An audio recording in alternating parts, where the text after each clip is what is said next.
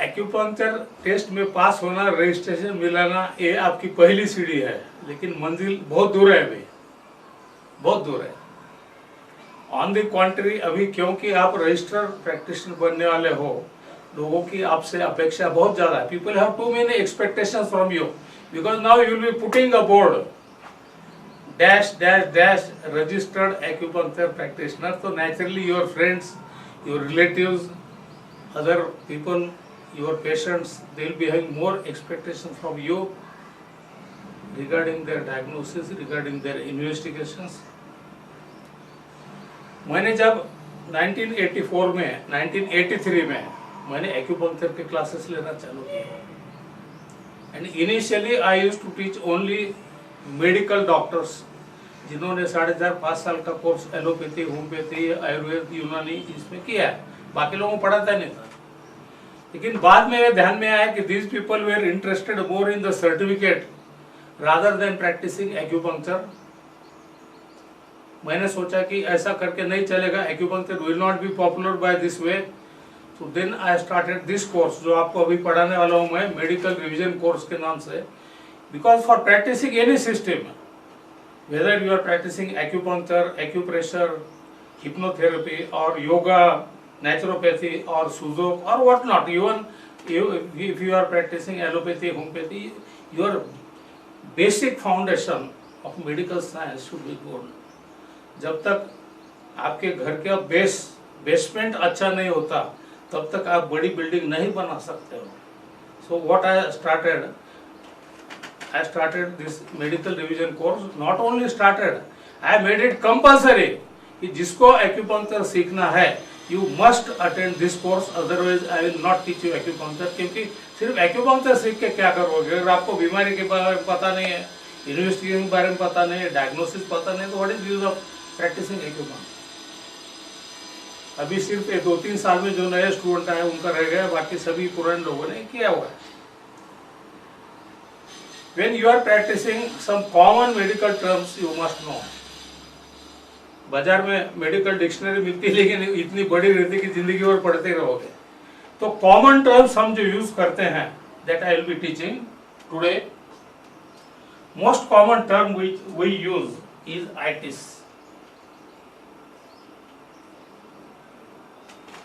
What is itis? Itis means infection or inflammation।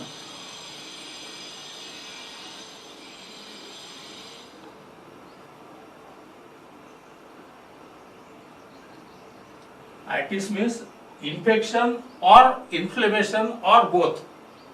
Now infection क्या है? Everybody knows, आप सबको पता है कि infection may be due to bacteria or due to virus or due to fungus, ये सबको पता है। What you don't know is this term inflammation, which is very important term।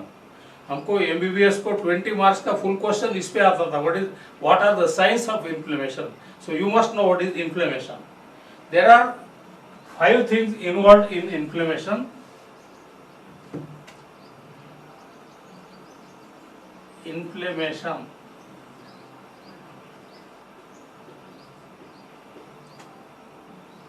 Calorie, rubor, tender.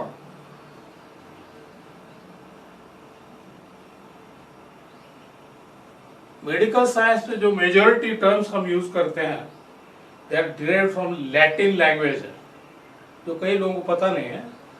Calorie का मतलब heat, the part becomes hot, red and tender. Tender means tender. Inflammation जब होता है, जिस पार्ट का होता है, that part becomes hot, red and tender, then there is swelling. And 5 loss of function, loss और difficult function. These 5 are called as signs of inflammation, very important। I'll give an example। Suppose there is a child, 8 साल का बच्चा है, भागते भागते गिर गया, उसके घुटने को मार लगा। घुटना जो है स्वेलिंग आ जाएगी, हाथ रखते हो तो हाथ को गर्म लगेगा, हॉट, वहां की स्किन रेड हो जाएगी। दबाने के बाद there will be pain on pressure, there will be swelling and difficulty in walking. These are called signs of inflammation. और if somebody has got tonsillitis, now tonsillitis is both infection as well as inflammation.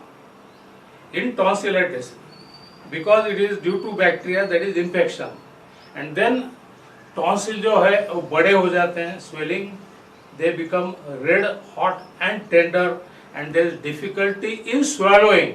So inflammation भी है और infection भी है। ऐसी कई चीजें हैं। Appendicitis, in appendicitis also it is both infection as well as inflammation. Appendicitis is due to bacteria, so it is infection. And in appendicitis, appendix बड़ा होता है, swelling होती है, it becomes red, hot and tender, and it causes pain, difficulty. Now, routinely disorders are divided into medical disorders and surgical disorders. Surgical का मतलब जिसको operation करना जरूरी, ऐसी surgical disorder. And medical disorder means जो दवा गोली या एक्यूपंक्चर से अच्छे हो सकते हैं, they are called as medical disorder. In medicine at least 70% diagnosis में आइटिस शब्द आता है, because infection and inflammation both are very very common. I will give you example. Itis means infection और इन्फ्लेमेशन। तो जो भी ऑर्गन का इन्फेक्शन या इन्फ्लेमेशन हुआ है, नेम ऑफ द ऑर्गन, उसके आगे itis, that is diagnosis. Diagnosis कोई डिफिकल्ट चीज नहीं है, और आप ज्यादा ध्यान में मत रखो, इतना ही ध्यान में रखो, आइटिस मीन्स इन्फ्लेमेशन और इन्फेक्शन। तो name of the organ, for example sinus, sinus का इन्फेक्शन हो गया, that is called sinusitis. Sinusitis,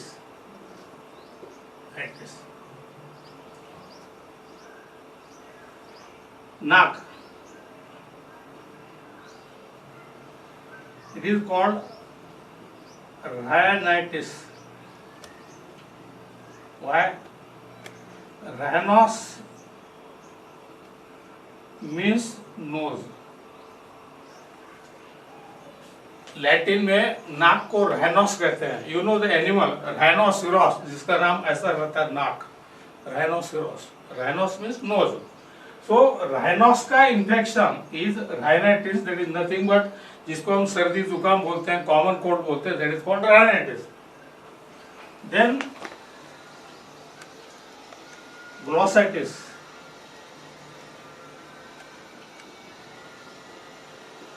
ग्लॉसो का मतलब टंग,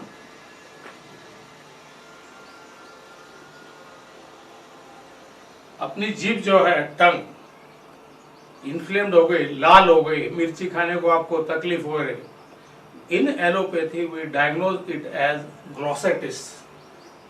ग्लॉसो means tongue. Then pharyngitis,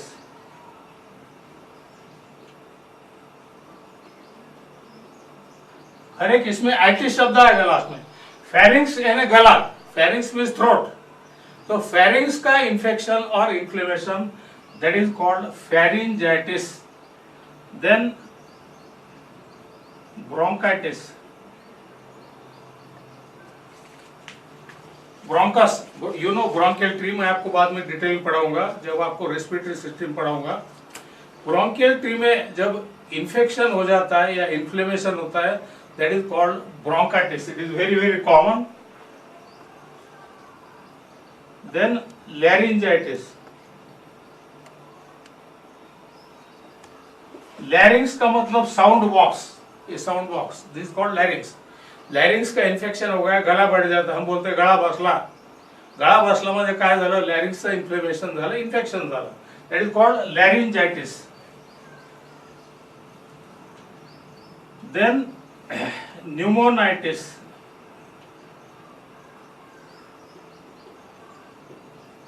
Numa का मतलब लंग, न्यूमो मीन्स लंग, आपको न्यूमोनिया पता है, that is pneumonitis. itis means infection, lung का infection, that is pneumonitis. Carditis, cardia का मतलब heart, cardia means heart, heart का अगर इंफेक्शन या इन्फ्लेमेशन हुआ that is called carditis. Then hepatitis,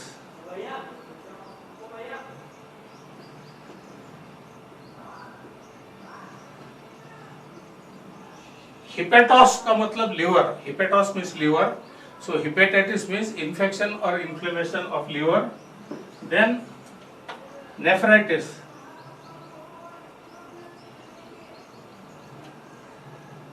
आप एक कुछ नाम ध्यान में रखोगे और आइटिस ध्यान में रखोगे तो डायग्नोसिस समझना ज्यादा डिफिकल्ट नहीं है. ये इसलिए आपको पता होना चाहिए. आप बोलोगे तो हम ट्रीट करते नहीं. आप जब प्रैक्टिस कर रहे हो तो two things you have to remember. Number one, what you can treat. Number two, what you cannot treat. But cannot treat वाली बीमारियां भी आपको पता होना चाहिए कि क्या आप नहीं कर सकते. डायग्नोसिस तो करना ही पड़ेगा आपको, भले ही आप ट्रीट करो क्या मत करो. आपको ये समझना चाहिए कि कौन सी केस नहीं करना है, कौन से डॉक्टर के पास भेजना है. Nephros means kidney, nephros means kidney, nephritis means infection of kidney. These are common. Then appendicitis is most common. Appendicitis and tonsillitis. These are very common. ये इतने कॉमन है कि हम इसको ब्रेड एंड बटर कहते हैं कि अपेंडिसाइटिस जनरल सर्जन के लिए ब्रेड एंड बटर है, रोजी रोटी का साधन है. एंड टॉन्सिलाइटिस ईएनटी वाले के लिए ब्रेड एंड बटर है. Very common appendicitis and tonsillitis. बाद में अगर स्किन का हो गया that is called dermatitis.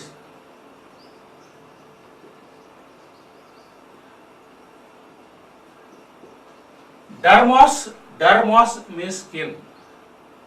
Dermatitis means infection of dermos, so we call it as dermatitis. Then myositis.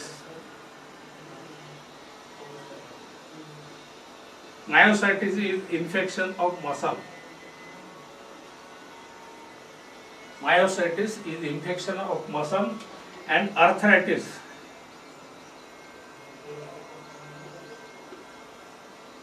Arthros का मतलब joint. Arthros means joint. Arthritis is infection or inflammation in the joint. Then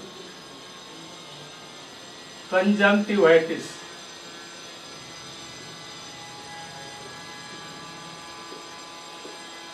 conjunctiva is cover. ये बाद में मैं आपको detail पढ़ाने वाला हूँ. सब डिटेल पढ़ाऊंगा 3-4 दिन में. जो मैंने 4.5 साल एमबीबीएस में जो हम पढ़ाते हैं वो शॉर्ट में आपको 3-4 दिन में पढ़ाऊंगा. जो काम का है कंजंक्टिवा, ये आँख का जो पर्दा है दैट इज कॉल्ड कंजंक्टिवा. आंखें लाल होती है that is called conjunctivitis. Eyes become red, inflamed. In conjunctivitis also that is infection plus inflammation. Then कान का अगर हो गया that is called otitis. Otos means ear. In Latin language otos means ear. Otos ध्यान में रखो. otitis. So rhinitis, otitis, conjunctivitis. ये कुछ शब्द अगर आप ध्यान में रखोगे तो आपको मैं जैसा बोला कि 70% डायग्नोसिस जो रहता है मेडिकल लाइन में वो इन्फेक्शन या इन्फ्लेमेशन ही रहता है.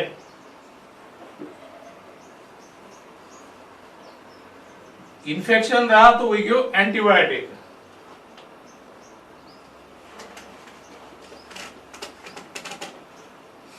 This we give for infection, bacterial infection. और एंटी इन्फ्लेमेटरी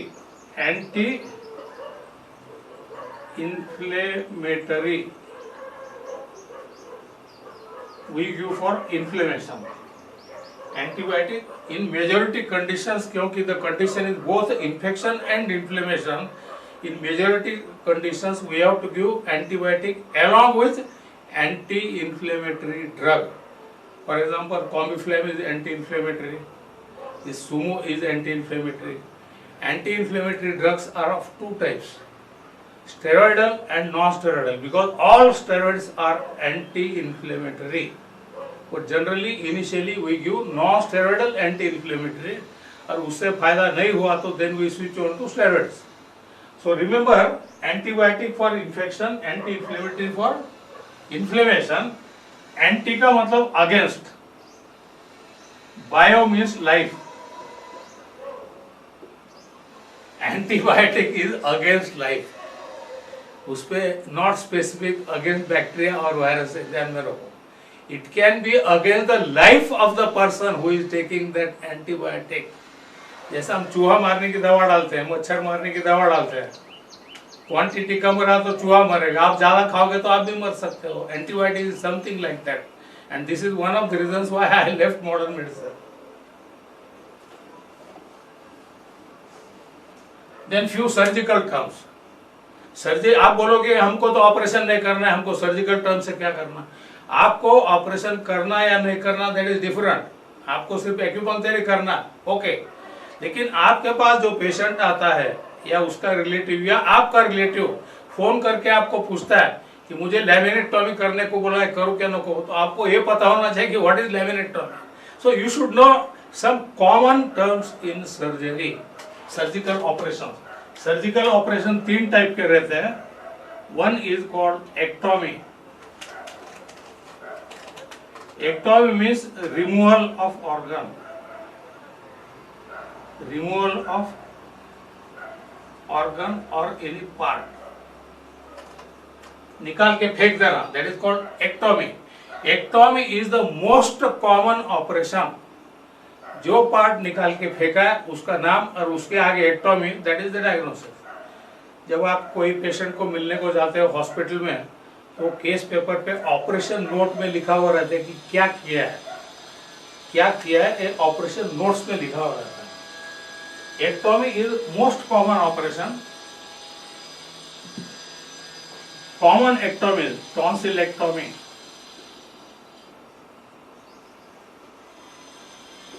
Ectomy का, tonsillectomy का मतलब टॉन्सिल निकाल के फेंक दिया, टॉन्सिल के आगे ectomy.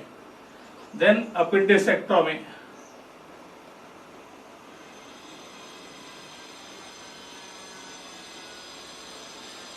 अपेंडिक्स निकाल के फेंक दिया. These are very common. Hysterectomy.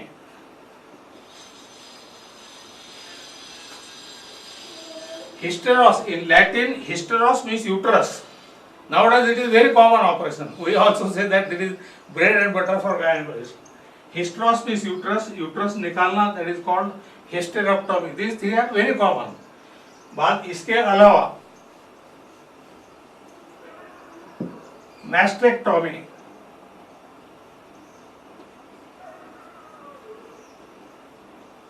Mastos means breast.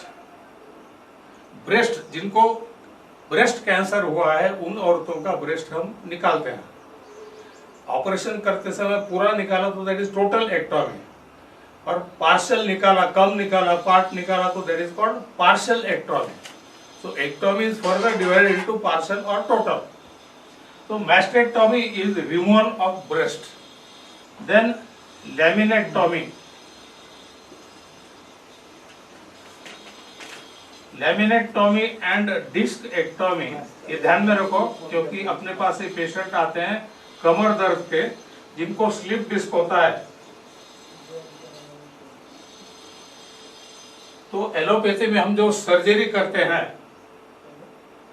Lamina is a part of vertebra. मैं आपको आई will be teaching in detail जब मैं पढ़ाऊंगा आपको bones. Lamina is a part of vertebra. तो जिनको स्लिप डिस्क की तकलीफ है उनको क्या करते हैं, हम लैमिना कट करते हैं वर्टिब्रा का, और जहां नस दब गई है वहां डिस्क निकालते हैं. दो वर्टिब्रा के बीच में जो डिस्क है उसको निकालते हैं, that is called discectomy. Lamina cut करते, लैमिनेक्टोमी, ब्रेस्ट निकालते. So remember the term ectomy. आप एक ही शब्द ध्यान में रखते हो. आईटी ध्यान में रखा, 70% समझ गया. एक्टोमी ध्यान में रखा, सर्जिकल केसेस 70 समझ गया. 70% की व्हाट हैज बीन डन. अभी फैमिली प्लानिंग के जो ऑपरेशन होते हैं, family plan, vasectomy, in males we cut off vas, so male family planning operation is called vasectomy. In women we cut the tube fallopian tube, so that is called tubectomy.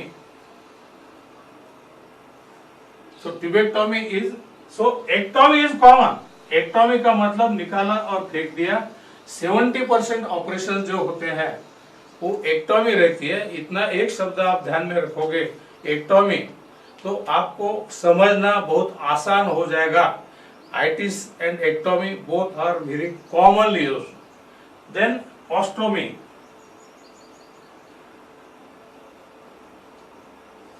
Ostomy means we open surgically, we open but we don't close, उसको बंद नहीं किया जाता, that is called ostomy operation. For example कोई patient बहुत serious है, कई बार क्या होता है, मेरे एक दोस्त की लड़की सीताफल के बीज खाया है उसने, और सीताफल के बीज 35 सीड्स यहाँ अटक गए उसके। She was taken to hospital. ऐसे केसेस में ट्रेकेओस्टोमी करते हैं। ट्रेकिया जो है विंड पाइप, इसको होल करते हैं, अठन्नी इतना होल करते हैं और उसमें से डायरेक्ट ऑक्सीजन छोड़ते हैं। This emergency operation. My friend mister Gopinath Munde who is no more, उसको भी ट्रेकेस्टोमी करना पड़ा था और मरते मरते बच गया वो। So tracheostomy is emergency operation. एक ट्रेकिया को होल करके डायरेक्ट यहाँ से ऑक्सीजन छोड़ा जाता है। Remember the term tracheostomy, that is called tracheostomy. And then another is colostomy.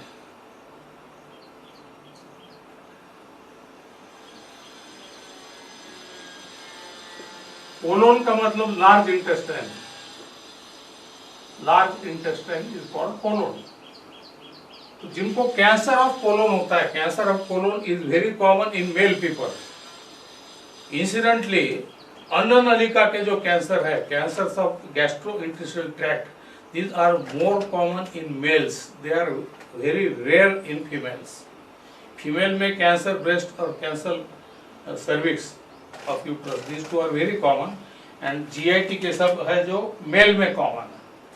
तो जिसको कैंसर होता है कोलोन का, उसका कोलोन निकाल देते हैं कुछ part, that is called colectomy.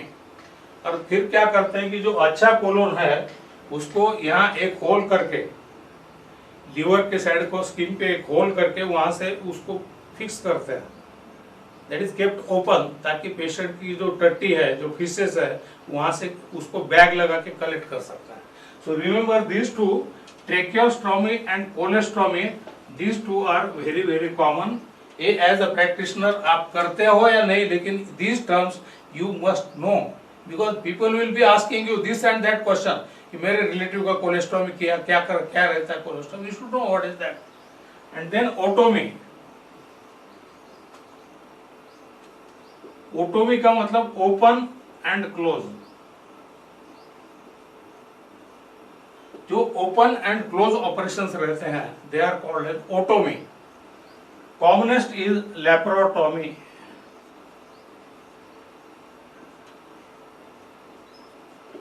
पेट के सभी ऑपरेशन, पेरिटोनियम के अंदर सब ऑर्गन्स रहते हैं, तो पेट के ऑपरेशन करते तो we cut the peritoneum, open it, then do the operation, फिर उसको क्लोज करते हैं peritoneum. All such operations they are called laparotomy. Laparotomy done का मतलब पेरिटोनियम ओपन करके ऑपरेशन किया गया। Then hysterotomy is also very common. Hysterotomy, I told you hysteros means uterus. Hysteros का मतलब यूट्रस। तो अगर यूट्रस में कोई ट्यूमर है, यूट्रस में कुछ ट्यूमर है, अब कैंसर रहा तो हम पूरा यूट्रस निकाल देंगे, और कैंसर नहीं रहा, सादा ट्यूमर रहा, तो we may think you open the uterus, जो ट्यूमर बेनाइन ट्यूमर है उसको निकाल दो, वापस क्लोज कर दो, दैट इज कॉल्ड हिस्टेरोटोमी। तो remember these terms are very important आपका जनरल नॉलेज के लिए। Itis, ectomy, ostomy, otomy. Then pyrexia,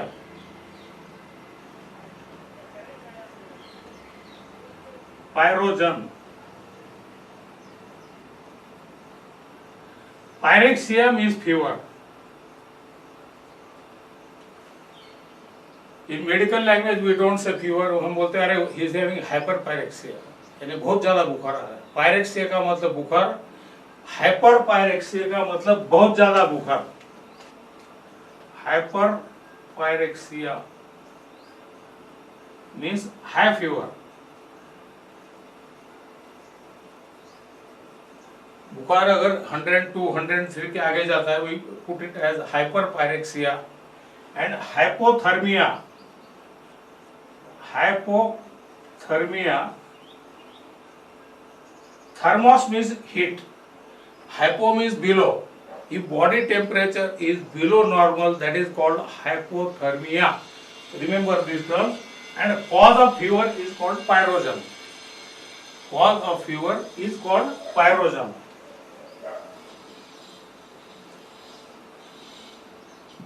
Then when we are examining any patient in routine, कुछ चीजें हमको कंपल्सरी देखना पड़ता है पेशेंट की, और जब हम केस पेपर बनाते हैं उस पे लिखना पड़ता है तो भी लिखने का, नहीं तो भी लिखने का। One of the thing is called oedema. Now what is oedema and what is difference between ओमा एंड एडिमा? ओमा is also swelling and edema is also swelling. दोनों में फर्क है। जनरली ट्यूमर्स आर ओमाल, जो ट्यूमर रहते हैं दे आर कॉल्ड ओमा। ओमा means tumour.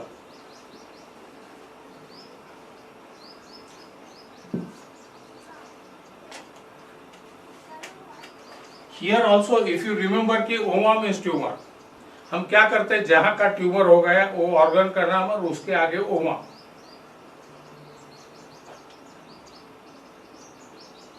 Sarcoma, carcinoma, meningioma.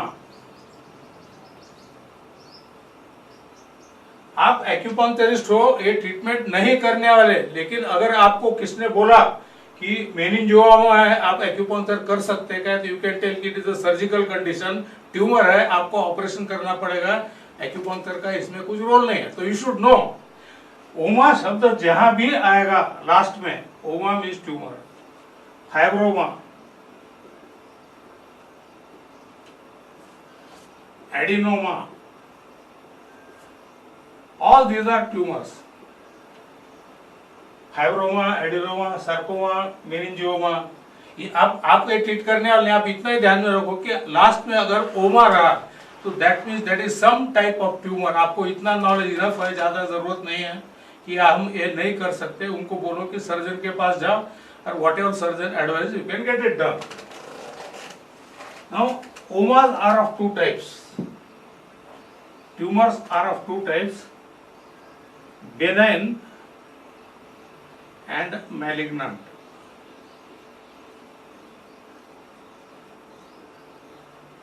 जिसको हम कैंसर कहते हैं दैट इज मैलिग्नेंट। बेनाइन का मतलब निरुपद्रवी, जो किसको उपद्रव नहीं करेगा, एंड मैलिग्नेंट का मतलब spreading very fast. The population of India, there is a malignant growth in Indian population। का मतलब इंडियन पॉपुलेशन बहुत तेजी से बढ़ रही है। Malignant growth of unemployment, malignant growth of this and that. Malignant का मतलब फास्ट बढ़ना, और बेनाइन मीन्स निरुपद्रवी। Tumours are of two types, और बेनाइन जो रहता है जनरली ये राउंडेड रहता है, उसके बॉर्डर्स जो रहते हैं ये राउंडेड रहते हैं। मैं आपको बाद में डिटेल में पढ़ाऊंगा। और ये इरेगुलर रहते हैं इसके बॉर्डर, कैंसर के जो रहते हैं। दूसरी बात, कैंसर जो रहता है it can spread to other parts, जो बेनाइन स्प्रेड नहीं होता है। तो कैंसर के केसेस में वो through blood vessels and lymphatics, cancer can spread. शुरू में जहाँ कैंसर है that is called primary cancer.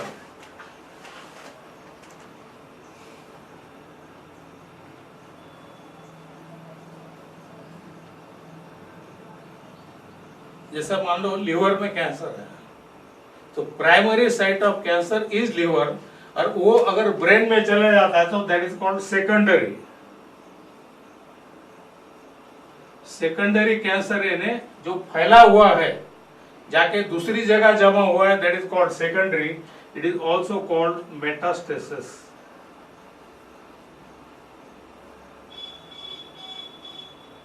ये कुछ कॉमन टर्म आपको पता होना चाहिए, भला कि हम ट्रीट नहीं कर रहे, as a general knowledge, because you are a practitioner. लोग आपको पूछेंगे कि हमारे ये रिलेटिव में मेटास्टेसिस हुआ है, आप कुछ कर सकते क्या? तो मेटास्टेसिस हुआ यानी क्या हुआ, that you must no. Metastasis होने के बाद जनरली ऑपरेशन अवॉइड करते हैं, क्योंकि ऑपरेशन करके फायदा नहीं है. ऑपरेशन का फायदा कब होगा कैंसर में? जब तक वो स्प्रेड नहीं हुआ है. अगर स्प्रेड हो गया तो फिर प्राइमरी निकाला तो भी कोई फायदा नहीं होता. And now difference between oedema and ओमा.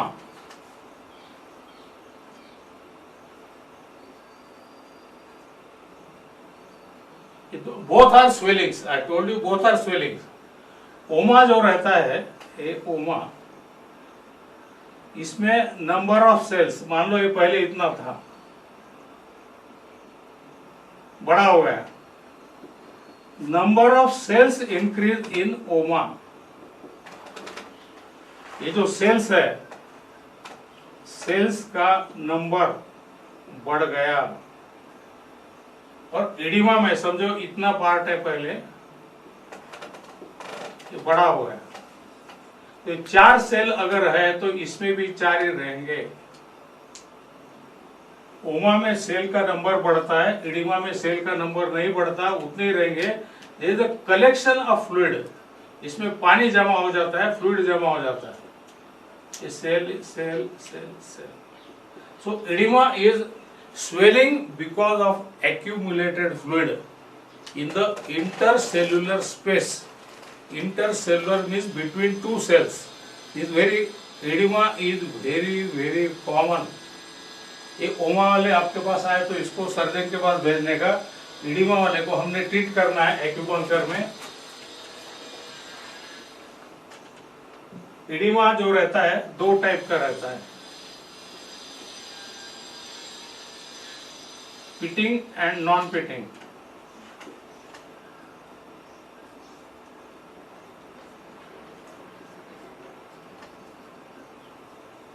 समझो कोई पेशेंट आया आपके पास, उसका पाँव फूला हुआ है.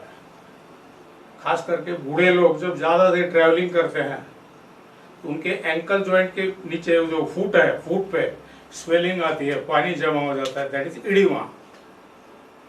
पाँव पे सूजन आ गई, आप उसको दबाते हो, दबाने के बाद अगर वहां गड्ढा हो गया, that is called pitting oedema.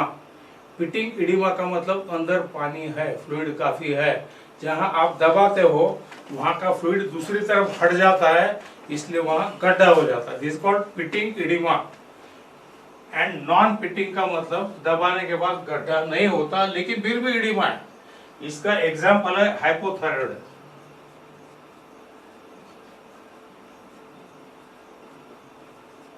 In hypothyroid there is edema, that is called mixed edema. जिनको hypothyroid is very common in middle aged women. 35-40 साल की औरतें जब मेरे पास आती कि सर हमारा तो वजन बहुत बढ़ रहा है, हम तो खाना कम खाते हैं, हम तो इतना काम करते हैं, वजन कम नहीं होता है. I ask about menstrual cycle. अगर हाइपोथायराइड रहा तो मेंस्ट्रुएशन में भी एब्सेंट, स्कैंटी और irregular, then I diagnose accordingly. So कई केसेस जो ओबेसिटी के लिए आती है, औरतें खास करके, they may be a case of myxoedema. इनको आप रूट कॉज नहीं ट्रीट करोगे तो भूखा रह के फायदा नहीं, एक्यूपंक्चर करके फायदा नहीं, दौड़ के फायदा नहीं. ट्रीटमेंट आपको रूट कॉज का यानी हाइपोथायराइड का किया तो ही फायदा होगा, नहीं तो नहीं होगा. So remember oedema. एडिमा ये कॉमनली लिवर और किडनी के केसेस में रहता है. किडनी में एडिमा ऊपर से नीचे आता है, पहले फेस पे आएगा एडिमा।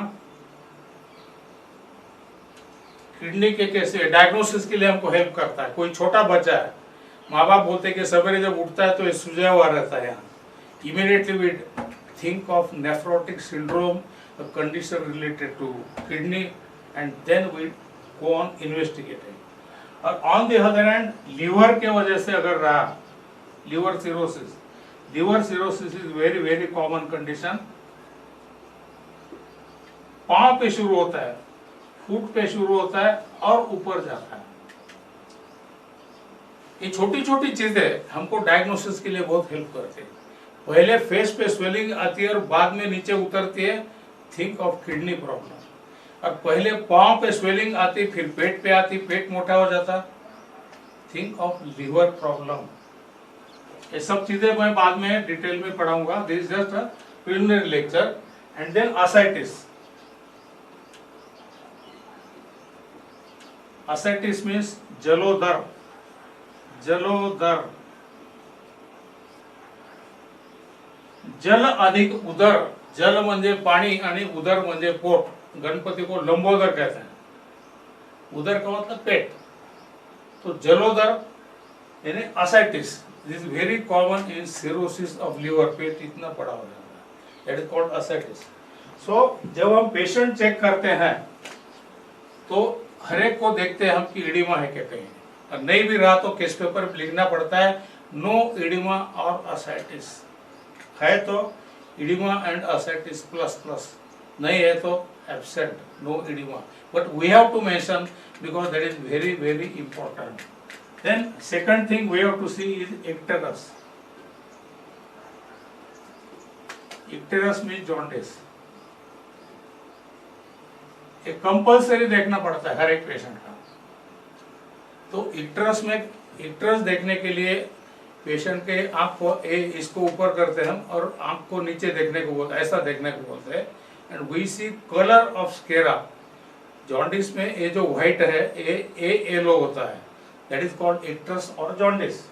ये हर एक पेशेंट में हमको केस पेपर पे लिखना पड़ता है, icterus एब्सेंट, icterus प्रेजेंट, जो भी कुछ है। आप ये रूटीन प्रैक्टिस करो हर एक पेशेंट को चेक करने की। कई बार ऐसा आपके दिमाग में आएगा कि कोई डॉक्टर को ध्यान में नहीं आया, मेडिकल डॉक्टर को, लेकिन आपने पहचाना, you will get credit. Jaundice जो रहता है,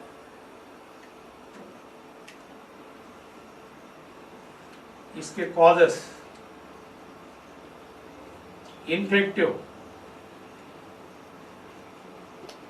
infection of liver, that is called hepatitis.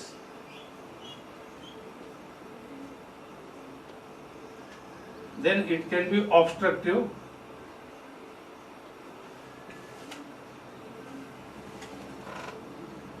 infective jaundice, obstructive jaundice, and hemolytic jaundice.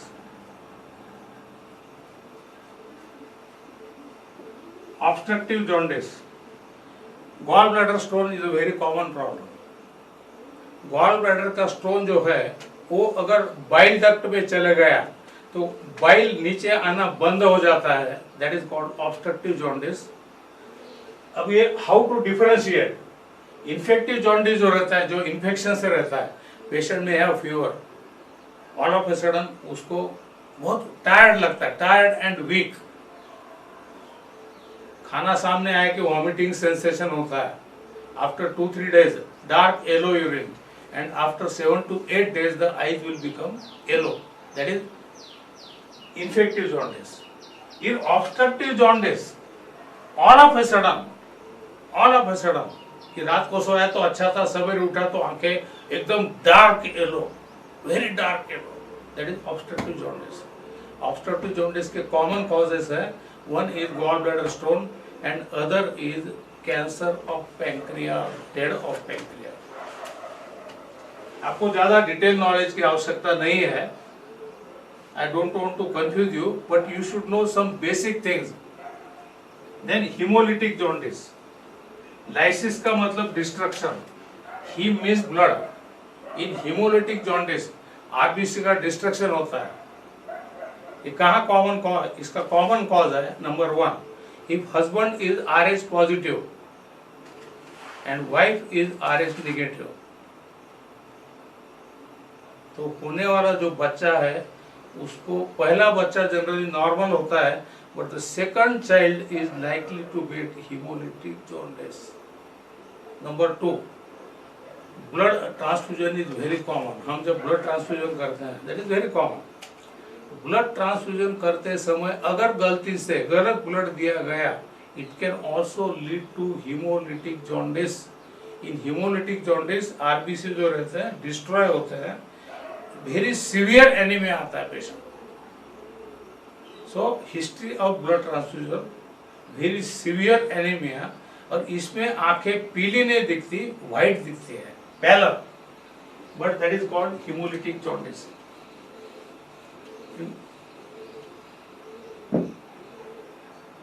Then clubbing, this also we have to mention. We have to see nail of the patient. Patient के नाखून देखते हैं. अगर उसका नाखून जो है ये नॉर्मल नाखून ऐसा रहेगा, ये उंगली. इन क्लबिंग ये एकदम ऐसा हो जाता है नाखून. This is called clubbing. ये जो नाखून है ये एकदम कॉन्वेक्स हो जाता है. It is called clubbing. And clubbing is very common in lung problems. खास करके लंग में अगर एब्सेस हो गया, एक कैविटीज हो गई, जिसको ब्रोंकाइटिस कहते हैं, clubbing is very very common. And then one more term is pallor. Pale का मतलब व्हाइट. बॉडी में हीमोग्लोबिन कम हो गया तो उसको एनीमिया होता है, that is called pallor. Pallor जब देखते हैं तो ऐसा देखते हैं, इसको नीचे करके पेड़ को ऊपर देखने को लगाते हैं. We see this colour. We see also colour on the nails. Normal nails should be pink. This should be pink और रेडिश. ये अगर व्हाइट दिखता है, ये व्हाइट दिखता है, that is called pallor plus, means anaemia. Then plegia. Plegia का मतलब paralysis. Remember the term plegia means paralysis.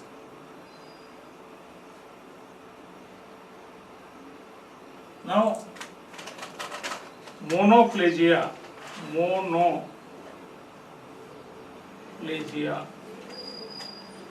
Mono का मतलब वन. अगर एक हाथ या एक पांव का पैरालिसिस होता है, दैट इज कॉल्ड मोनोप्लेजिया. समझो ये हाथ का हो गया. Monoplegia of left upper limb. तो remember the term mono means one. Then hemiplegia.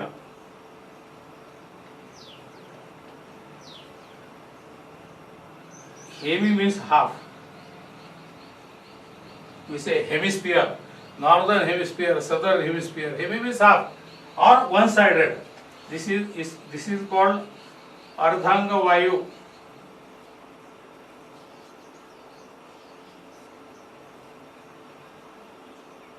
मैं आपको एडवांस कोर्स में पढ़ाऊंगा. According to acupuncture, when a body is wet और उसको हवा लग गई, wind attacking a wet body can cause paralysis. This concept of acupuncture, and in our Indian language we have the word ardhanga vayu. This is one of the proofs that acupuncture was in India. It originated in India. I told you earlier कि China में in 1995 मुझे बहुत बड़ा award मिला था. मेरा live interview हुआ था टीवी पे, रेडियो पे. तो वहाँ मैंने क्लेम किया था कि एक्यूपंक्चर ओरिजिनेटेड इन इंडिया. उन्होंने नेचुरली मुझे कई प्रूफ्स पूछे. We have many proofs. अपने लैंग्वेज में कई शब्द हैं जो प्रूव करते हैं कि it is Indian. Then paraplegia.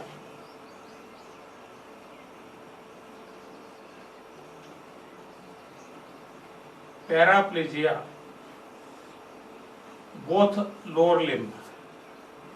Paralysis of both legs, that is called paraplegia.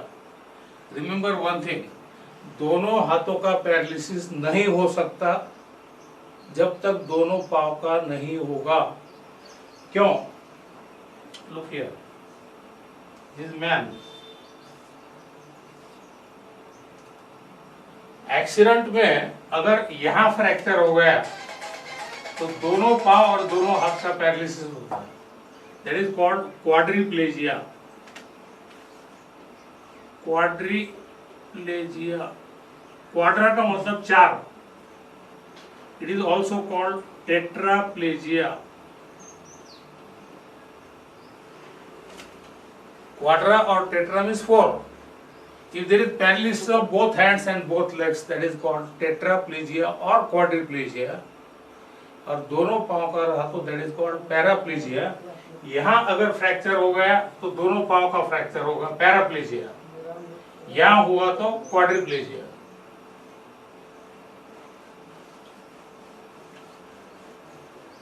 Then paresis and palsy. Palsy also means paralysis, जैसा बेल्स palsy, इसका मुंह टेढ़ा हो गया, that is called Bell's palsy. Actually Bell है डॉक्टर का नाम है, इंग्लैंड के डॉक्टर का नाम है, वो डॉक्टर के नाम से, जैसा Parkinson disease, Parkinson is also name of a doctor. So palsy means paralysis. Then paresis.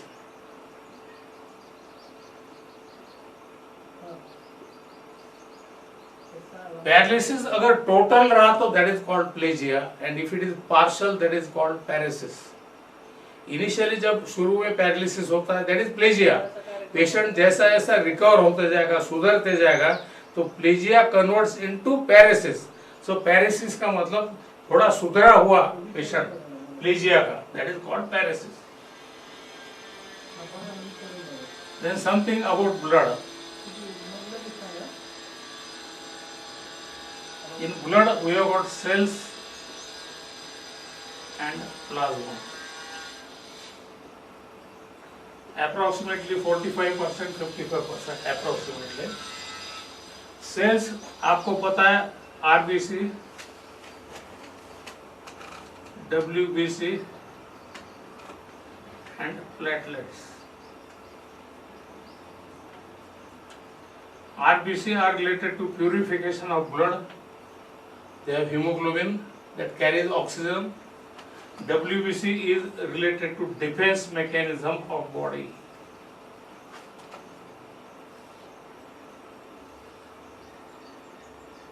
अभी महाराष्ट्र में कोरोना चालू होने के बाद महाराष्ट्र गवर्नमेंट ने कोरोना के लिए टास्क फोर्स बनाया. I am happy to tell you that government of Maharashtra has appointed me on task, इसका आयुष का जो कोविड टास्क फोर्स है, I am member of Ayush task force. और फिर मैंने गवर्नमेंट को एक 12 मिनट का वीडियो क्लिप दिया था, मैं सब ग्रुप में डालूंगा कल परसों, कि how to increase your immunity, how to increase your defence with the help of acupressure at particular points and how you can prevent corona. बहुत अच्छा वीडियो है, I will post letter.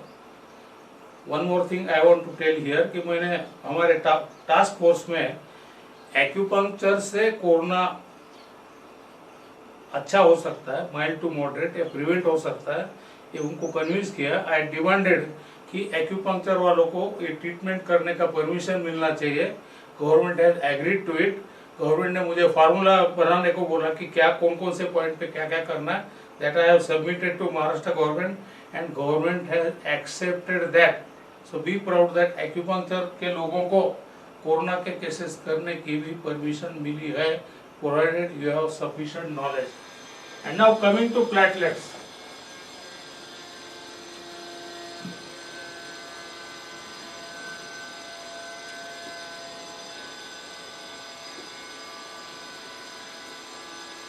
Platelets जो रहते हैं उनका काम क्या करना है, क्या है कि if there is some injury, suppose there is a blood vessel, ये ब्लड वेसल है, मार लग गया, इसको इंजरी हो गई, यहां से ब्लड बाहर आएगा.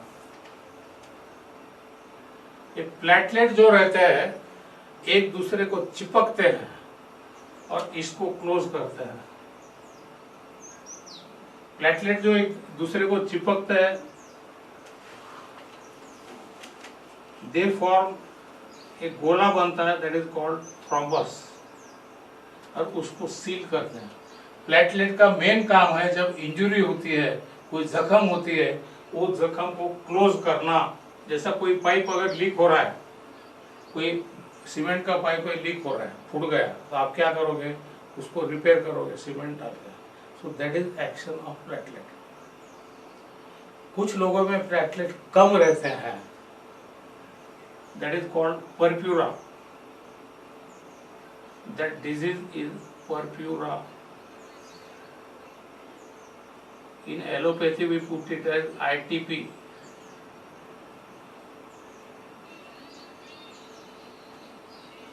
Is a dangerous condition.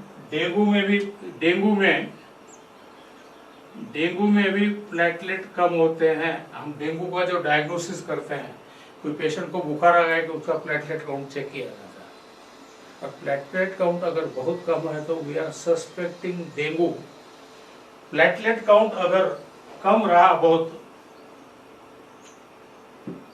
Platelet count अगर 50,000 से नीचे गया, normal it should be 1 to 2 lakhs, लेकिन प्लेटलेट काउंट अगर एक 50,000 के नीचे गया due to any cause, may be ITP, may be dengue और may be anything, don't do acupuncture in such cases. ये ध्यान में रखो, वी आर प्रैक्टिसिंग एक्यूपंक्चर।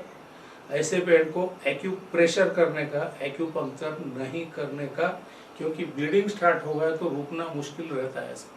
जो पेशेंट में प्लेटलेट काउंट कम रहता है उसमें ब्लीडिंग रुकना बहुत मुश्किल रहता है। So this knowledge is necessary, and then acupuncture is also not done in some bleeding disorders like haemophilia और क्रिसमस डिजीज।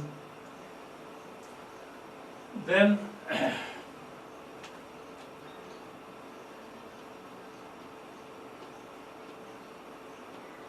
थ्रोम्बस का मतलब आई टोल्ड यू, प्लेटलेट एक दूसरे को चिपकते हैं, एक गुठली बनती है। कॉमन मैन बोलता है कि रक्त पातळ करण्यासाठी एस्पिरिन गोळ्या खाल्ल्या। एस्पिरिन क्यों देते हैं? एस्पिरिन इनको चिपकने नहीं देता। द ड्रग एस्पिरिन,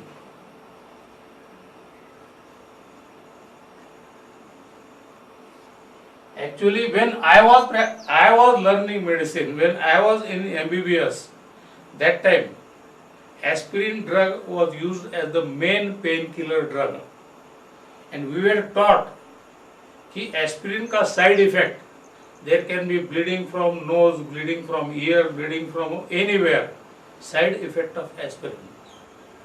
40 साल पहले जो साइड इफेक्ट बोल के पढ़ाया गया, आज अभी जो MBBS करते हैं उनको इफेक्ट के नाम पे पढ़ाया जाता है कि आपका खून पतला रहने के लिए, खून में थ्रोम्बोसिस नहीं होने के लिए, हार्ट अटैक टालने के लिए, everybody should take 1 aspirin tablet. Particularly people above the age of 50 are advised 75 mg of aspirin every day to reduce the possibility of heart attack. तो एस्पिरिन क्या करता है? एस्पिरिन है वारफेर, हिपेरिन, ये जो दवाइयां हैं ये थ्रोम्बोसिस नहीं होने देती, प्लेटलेट को चिपकने नहीं देती।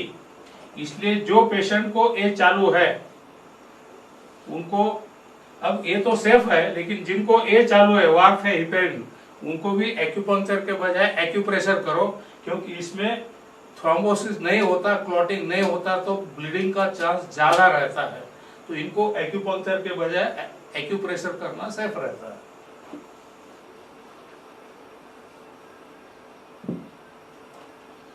ये ब्लड वेसल समझो, ये वेन है, इज द वेन, और ये आर्टरी, इसमें से ब्लड ऊपर जा रहा है, ब्लड इज गोइंग अप। अगर यहाँ थ्रोम्बोसिस हो गया, सपोज दिस इज वेन, यहाँ थ्रोम्बोसिस हो गया, is very common complication of many surgeries. जो ऑपरेशन होते हैं हार्ट के, ब्रेन के, किडनी के, किस कोई भी पेट के ऑपरेशन या प्रेगनेंसी में, thrombosis is very very common. अपने खून में गुठलियां बनती है, as a complication after delivery और आफ्टर एनी सर्जरी, और एक गुठली जाके वेन को ब्लॉक करते हैं, वेन को ब्लॉक करते हैं। अब यहाँ अगर वेन ब्लॉक हो गई पाँव पे, यहाँ वेन ब्लॉक हो गई, अब ब्लड कैनॉट गो अप, तो what blood will body will do, body एक बाईपास तैयार करते हैं which is called varicose vein. और पेशेंट के पाँव पे नीली नीली बड़ी मोटी मोटी नसें दिखते हैं, वेरिकोज वेन आपने सुना होगा। अब वेरिकोज वेन को हम एलोपैथी में डिजीज समझते हैं, according to me that is not disease. Body is trying to create a natural bypass because blood is not flowing normally. जैसा आप कोई if you are traveling, riding a car, रास्ते पे कोई जुलूस चालू है, शिवाजी महाराज जयंती गणपति का या और कोई, रास्ता ब्लॉक है, आप क्या करोगे, कोई गली से निकलोगे, दैट इज वेरिकोज वेन। और हम क्या करते हैं एलोपैथी में, इसको लेजर से कट कर देते हैं। इसका फायदा सिर्फ कॉस्मेटिक पर्पस के लिए होता है कि ब्लू वेन दिखेगी नहीं, but then body will create another bypass, क्योंकि ब्लड को तो ऊपर ले जाना ही है ना। आपने एक बाईपास, एक रास्ता बंद किया, body will create another one. Unfortunately कई चीजें जिसको एलोपैथी में हम बीमारी समझते हैं, वो बीमारी नहीं है, बॉडी का खुद को ट्रीट करने का नेचुरल तरीका है।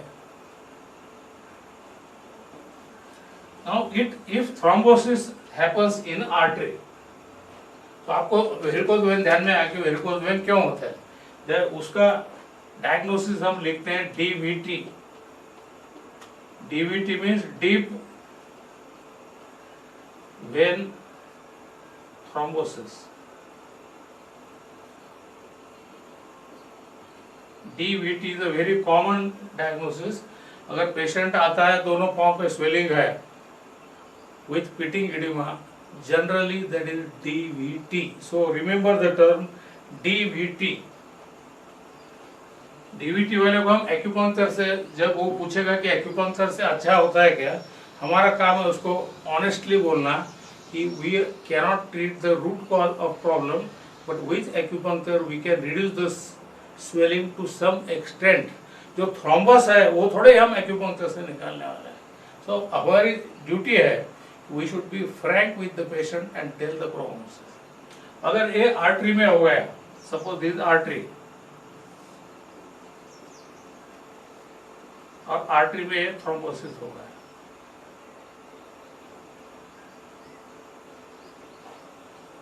ये बाद में ये आर्टरी डिवाइड होती है, ये और डिवाइड होती है। Artery is like a tree which goes on branching, पहले बड़ा फिर छोटा फिर छोटा फिर छोटा, ये बाद में मैं डिटेल पढ़ा कर रहा हूँ। और when is like a river, पहले वेन जो रहता है रिवर जैसा, पहले छोटा फिर बड़ा फिर बड़ा फिर बड़ा। आर्टरी में अगर थ्रोम्बोसिस हो गया, ये थ्रोम्बस, और इसका कोई पीस अगर टूट गया, if the thrombus ruptures breaks, उसका पीस अगर आगे निकल गया और अगर यहां जाके अटक गया, now this is called thrombosis, this is called thrombosis, this is called embolism. These are important words which you must know, क्योंकि हमारे पास जो पैरालिसिस के पेशेंट आते हैं, हेम्प्लीजिया के पेशेंट एक्यूपंक्चर वाले के लिए बहुत आते हैं। और हेम्प्लीजिया में जो 3 कॉमन कॉजेस ऑफ हेम्प्लीजिया है, number 1 is haemorrhage in the brain, यानी जिनका ब्लड प्रेशर बढ़ गया, आर्टरी टूट गई, मिडल मेनिंजियल ब्रेन में खून जमा हो गया, that is called cerebral haemorrhage. Second common cause of hemiplegia is thrombosis in brain, artery of brain. It is very common. It is generally in the middle meningeal artery of brain. आप जब MRI का report देखोगे patient का, आपके पास patient आएगा paralysis का, आप खुश हो जाओगे, वो आपको रिपोर्ट दिखाएगा, MRI दिखाएगा, तो वो पढ़ना पड़ेगा, फिर आपको पसीना छूटेगा। पसीना छूटने की जरूरत नहीं, have the common knowledge. either it is hemorrhage or it is thrombosis or it is embolism. तो thrombosis का मतलब ए, रास्ता नैरो हो गया, और एम्बोलिज्म का मतलब रास्ता टोटली बंद हो गया, इसका एक पीस टूट गया, ऊपर चले गया, अटक गया, it is called embolism. This is called embolus. जैसे हम इसको थ्रोम्बस कहते हैं, this embolus, this thrombosis, it is embolism. अब एम्बोलिज्म होने से क्या होगा कि द पार्ट ऑफ बॉडी जिसको ये ब्लड जाने वाला था ये नहीं जा रहा, so this part will die.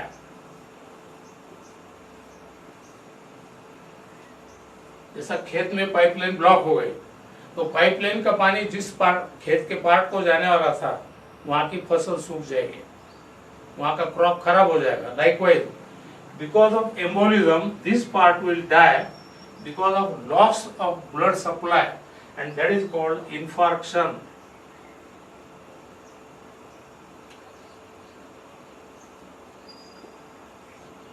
So though you are doing only acupuncture, remember these terms are very important: hemorrhage, thrombosis, embolism and infarction. इसका मीनिंग आपको पता होना चाहिए, तो you are practicing only acupuncture, क्योंकि हिमप्लीजिया के पेशेंट अपने पास बहुत ज्यादा आते हैं. Now infarction का मतलब death of tissue due to lack of blood supply, और ये जो पार्ट मर गया है that is called infarct.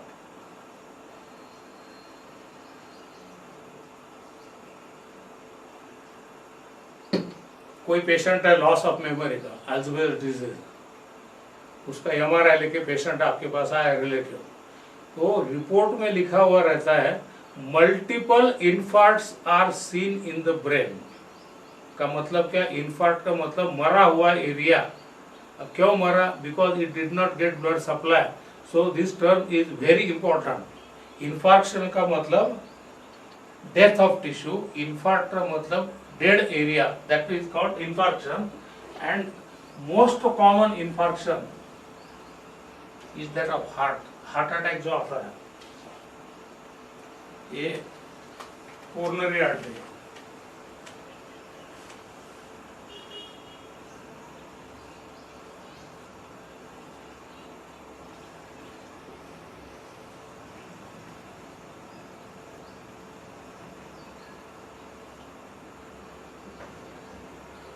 This is coronary artery.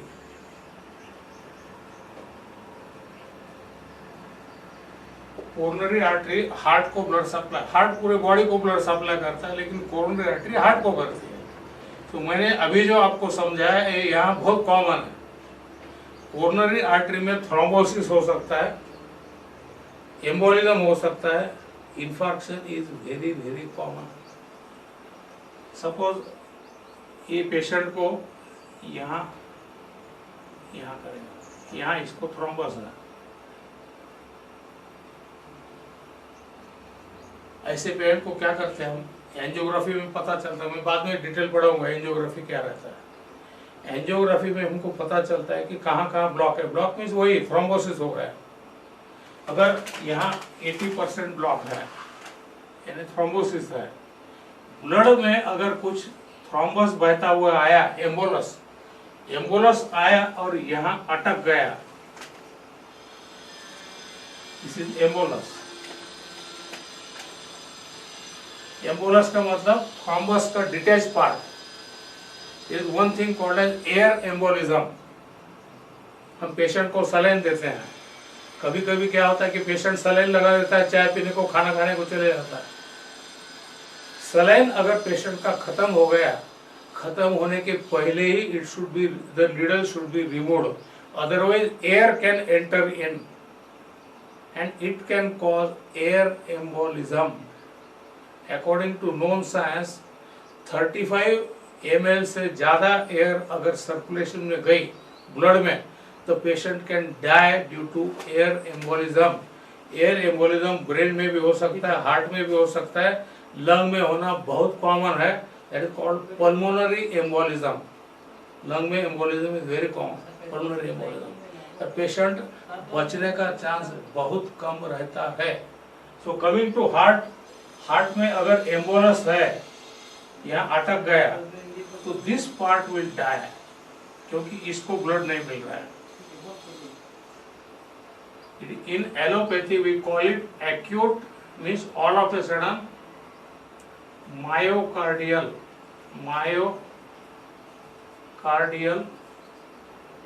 infarction.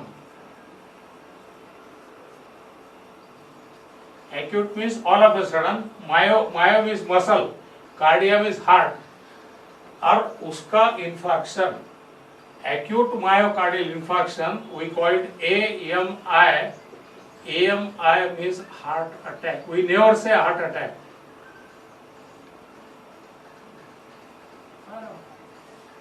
Very common thing. This you must know because each one of you is having a heart. मेरा जो course है ये पेशेंट से भी ज्यादा आपके खुद के बॉडी को जानने के लिए है कि आपने क्या क्या करना चाहिए. So AMI means acute myocardial infarction. So now you know. Remember the term. I am repeating again. Hemorrhage का मतलब ब्लीडिंग, थ्रोम्बोसिस का मतलब खून की गुठली होके चिपक गई, थ्रोम्बोसिस. एम्बोलिज्म का मतलब उसका टुकड़ा निकाल के आगे छोटे इसको ब्लॉक कर रहा था, that is embolism. And because of embolism lack of blood supply causing death of tissue, that dead part is called infarct and the process is called infarction. So heart attack is called acute myocardial infarction.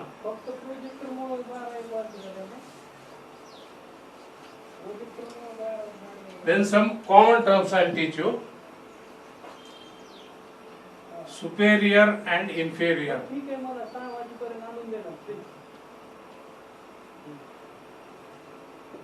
अब आजकल ये routine language में हम use करते हैं, वो खुद को बहुत सुपीरियर समझता है, या मेरे सुपीरियर ने मुझे डांटा. XYZ has got inferiority complex. So these we are using in routine language also, but in medical language the meaning is different. Superior does not mean अच्छा, inferior does not mean हल्का या बुरा. These are relative terms according to anatomy. For example, a lung है, diaphragm, a diaphragm. Diaphragm के ऊपर lung और heart रहते हैं. हार्ट के इधर लंग और नीचे इधर liver, liver, gall bladder, stomach, spleen, pancreas. तो how will say lung and heart are superior to diaphragm. यहाँ सुपीरियर का मतलब ऊपर, इंफीरियर का मतलब नीचे. अच्छा या बुरा मीनिंग नहीं है, ऊपर नीचे. Lung and heart are superior to diaphragm.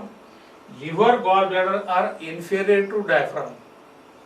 Or we'll say lung is superior to liver.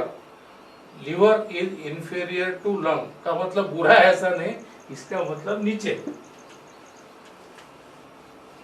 Then anterior and posterior. Anterior, posterior.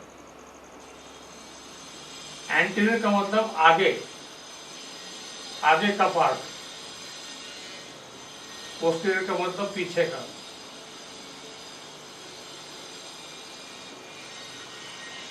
This is anterior part of body.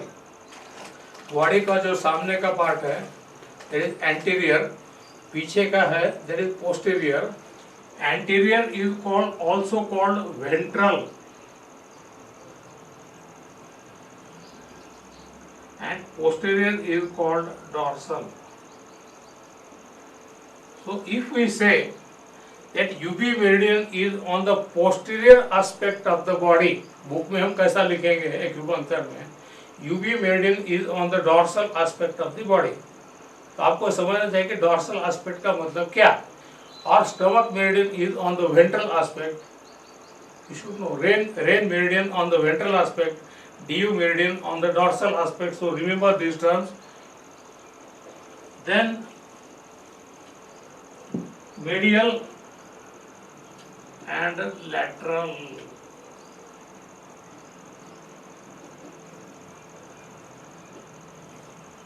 Medial का मतलब अंदर अंदर की साइड और लैटरल का मतलब बाहर की साइड.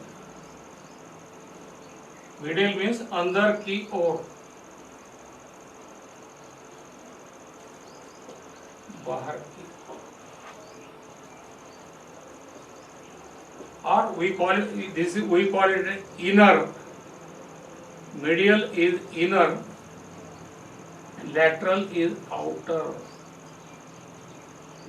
आप बुक्स में से जो लोकेशन ऑफ एक्यूपंक्चर पॉइंट पढ़ते हो तो हम ऐसे लिखेंगे ना, stomach 35 is in the lateral depression of knee, extra 35 is in the medial depression of the knee. So you should know what is medial and what is lateral. For example, हाथ के लिए, अभी ये हाथ है, this is ventral aspect, this is ventral, this is dorsal. Ventral, dorsal, a medial, this is medial. ये छोटी उंगली की side, this is medial and this is lateral. क्योंकि हाथ ऐसा होता है, हाथ घूमता है, this medial is called ulnar.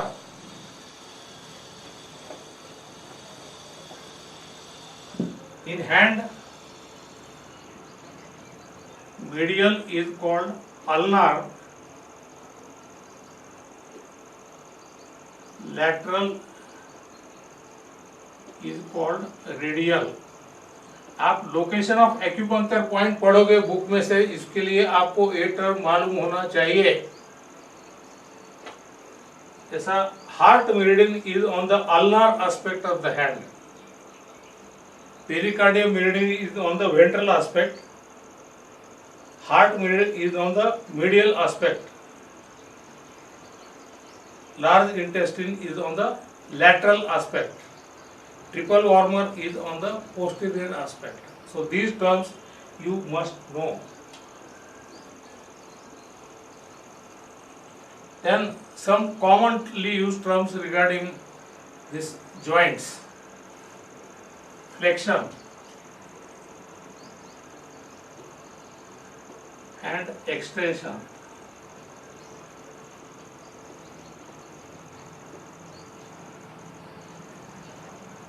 कोई भी जॉइंट में दो बोन रहते हैं, अभी ये जॉइंट है, दो बोन है. When the two bones come towards each other, that is called flexion, and when they go away from each other, that is called extension. Simple thing. See, this is flexion of elbow. This is our elbow. This is flexion of elbow. This is extension of elbow. Flexion of elbow, extension of elbow. तो in flexion the two bones are coming to each other. ये जो angle है ये कम होता है, angle अगर बढ़ता है that is called extension. The muscles which cause flexion, the muscles which cause flexion are called flexor group of muscle. Muscles which cause extension are called extensor group of muscles. जैसे bicep muscle है, यहाँ से lung meridian जाता है, lung 3-4 point यहाँ रहता है. तो lung 3, lung 4, these acupuncture points, they are on the flexor muscle. So these points will cause flexion of elbow and likewise. यहाँ जो TW मेरिडियन के पॉइंट्स है, TW 12 है, 10 है, they are extensor for the elbow. So even if you are practicing acupuncture, you must know these medical terms. They are very important. So flexion, extension. Then adduction का मतलब ये हाथ जो है ये अगर बॉडी के तरफ आता है, that is called adduction.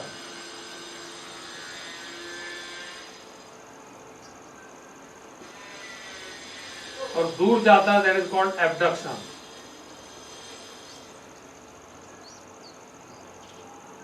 Adduction का मतलब ये हाथ ऐसा आ गया, adduction coming to this.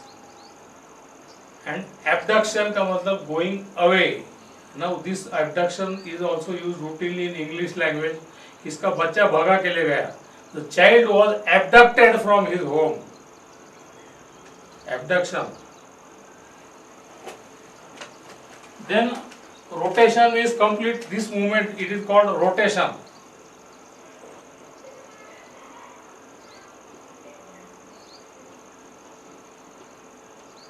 Then dorsiflexion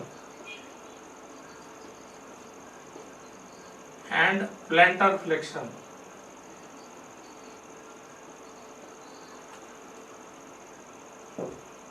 अब ये कॉमनली कहाँ काम पड़ता है, अपना एंकल जॉइंट जो रहता है, ये सपोज दिस एंकल जॉइंट, ये पांव ऐसा ऊपर नहीं आता है, this action is called dorsiflexion, यानी पांव आपका नी जॉइंट के नीचे का फुट ऊपर आना, दैट इज कॉल्ड डॉर्सिफ्लेक्शन, और अगर ये नीचे जाना दैट इज कॉल्ड प्लैंटर फ्लेक्शन। तो अपने पास पैरालिसिस के जो पेशेंट आते हैं हिम्प्लीजिया के, उसमें डॉर्सिफ्लेक्शन नहीं होता ए, और खास करके ये अगर पूरा ऐसा लटक गया, समझो पाँव एक्सीडेंट हो गया, नर्व टूट गई, तो एक पाँव ऐसा हो जाता है, that is called foot drop. हाथ में ये ऐसा हो गया, that is called wrist drop. पाँव में हो गया, that is called foot drop. So remember the term dorsiflexion and plantar flexion. Then supine and prone. Supine, prone.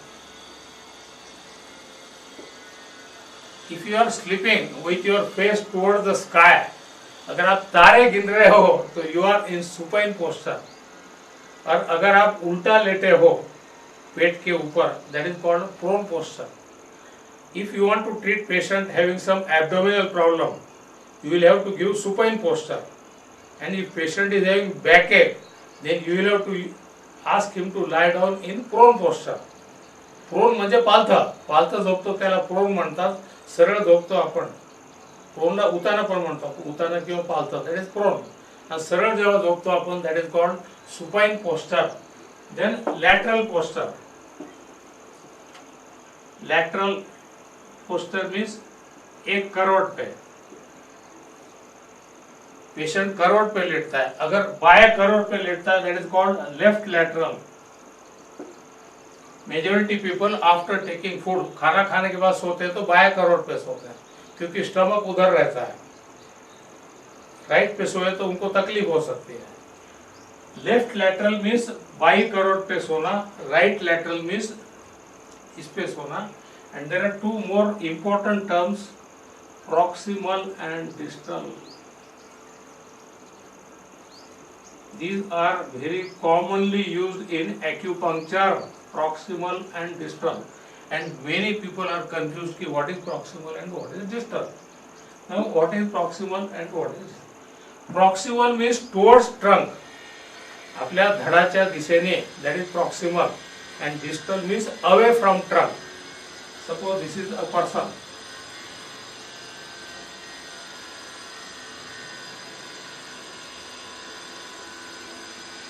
तीन joint, this is the wrist, this is elbow, a shoulder, this is trunk.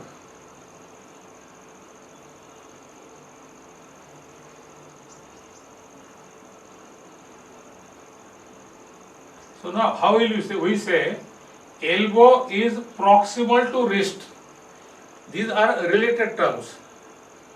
Elbow is proximal to wrist, means towards trunk. Wrist is distal to elbow. और suppose acupuncture point ले रहे हो, ये point stomach 35, ये 34, stomach 37, 36। हम location जब लिखेंगे तो कैसा लिखेंगे? Stomach 35 is 3 tune distal to stomach 36 is 3 tune distal to stomach 35, or we'll say stomach 35 is 3 tune proximal to stomach 36। कई लोग यहाँ कंफ्यूजन करते हैं।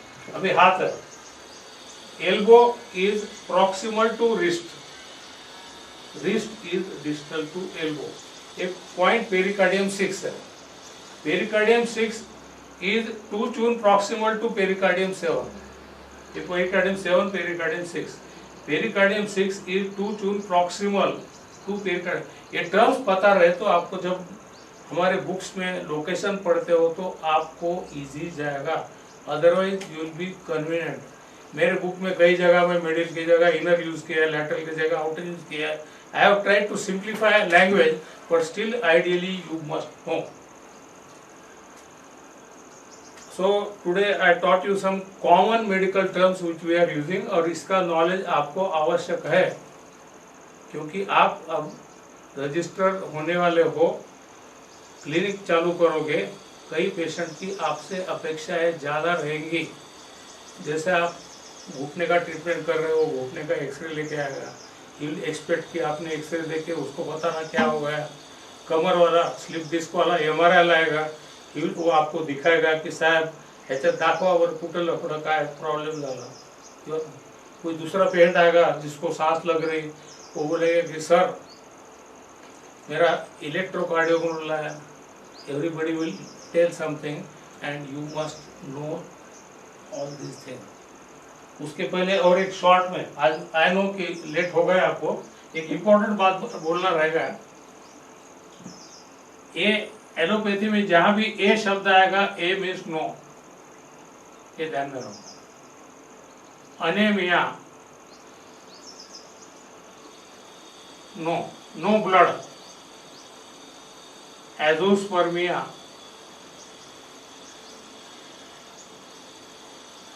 ए, no sperm, no sperm. Amenorrhoea, no menstruation, no menstruation. Then anuria, no urine. Anosmia, no smell. इतना ध्यान में रखो कि शुरू में अगर ए आया that means that is negative, something absent. Then one more common term is dis. Dis means painful or difficult. Painful or difficult. Remember this term, device जहाँ भी आएगा, that is dysmenorrhea. Dysmenorrhea means pain during menstruation. कई लड़कियों को during menstruation पेट में दर्द होता है, that is called dysmenorrhea. Dysuria, pain during urination. Dyspnea,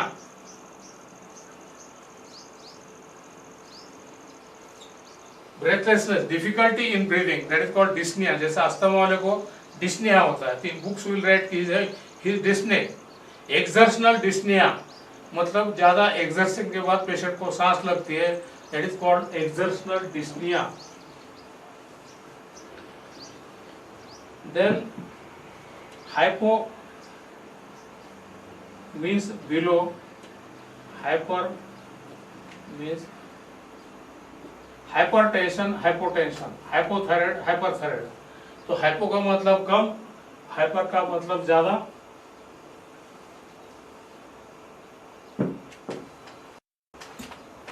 So we stop today's lecture. It is already very late.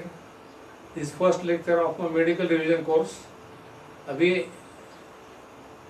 4 दिन के बाद मेरा मेन पार्ट शुरू होने वाला है कोर्स का, जिसमें हम जो कॉमन बीमारियां हम एक्यूपंक्चर या सुजोक या नेचुरोपैथी हमारे पास जो आते हैं पेशेंट, कॉमन बीमारियां A to Z, यानी उसकी एनाटॉमी क्या है, वो एक्शन कैसा करता है, बीमारी में साइन सिम्टम्स क्या है, उसमें क्या इन्वेस्टिगेट करना है, डायग्नोसिस कैसा करना है, डिफरेंशियल डायग्नोसिस कैसा करना है. डिफरेंशियल डायग्नोसिस का मतलब एक सिम्टम के लिए क्या क्या पॉसिबिलिटीज हो सकती है.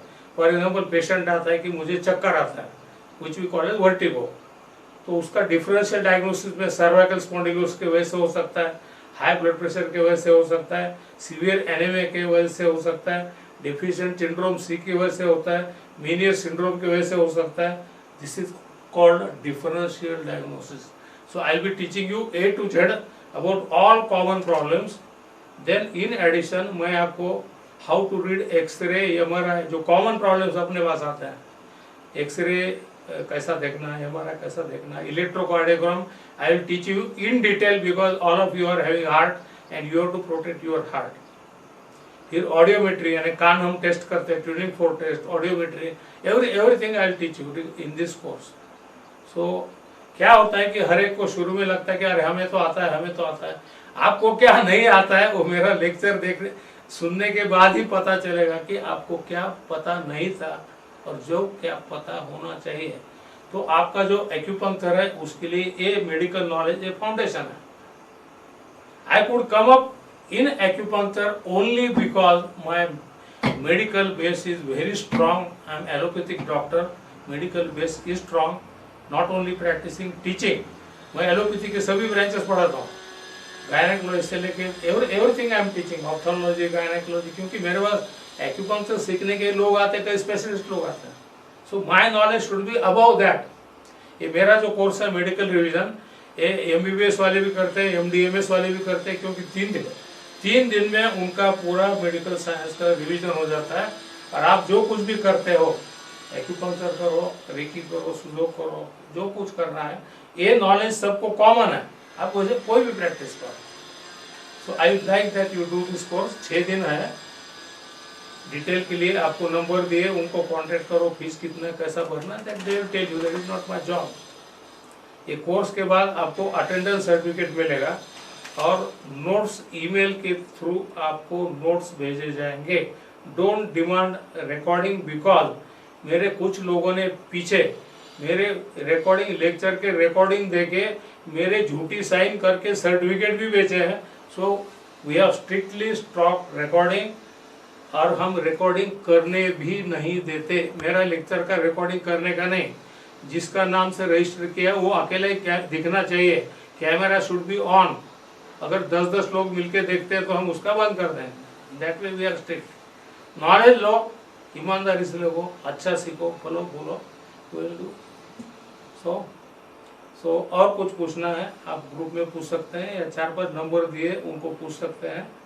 So thank you very much.